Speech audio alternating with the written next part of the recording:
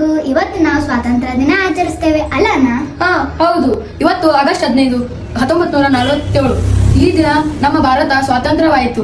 ಹೋರಾಟಗಾರರು ತಮ್ಮ ಪ್ರಾಣ ಒತ್ತೆ ಇಟ್ಟು ನಮಗೆ ಸ್ವಾತಂತ್ರ್ಯ ನೀಡಿದರು. ಹೌದು, ಯಾರು? ಮಹಾತ್ಮ ಗಾಂಧಿ, ಭಗತ್ ಸಿಂಗ್ ಮತ್ತು ಕಿತ್ತೂರು ರಾಣಿ ಚೆನ್ನಮ್ಮ. ನೇತಾಜಿ. ಹಾ, ಅವರು ಕೂಡ ಮತ್ತು ಇನ್ನು ಹಲವರು. ಅದಕ್ಕಿಂತ ಪೈಲ ಬ್ರಿಟಿಷರ ರಾಜಿತ್ತು. ನಮ್ಮ ಹೋರಾಟಗಾರರು ಶ್ರಮ ಪಟ್ಟು ಸ್ವಾತಂತ್ರ್ಯ ನೀಡಿದರು.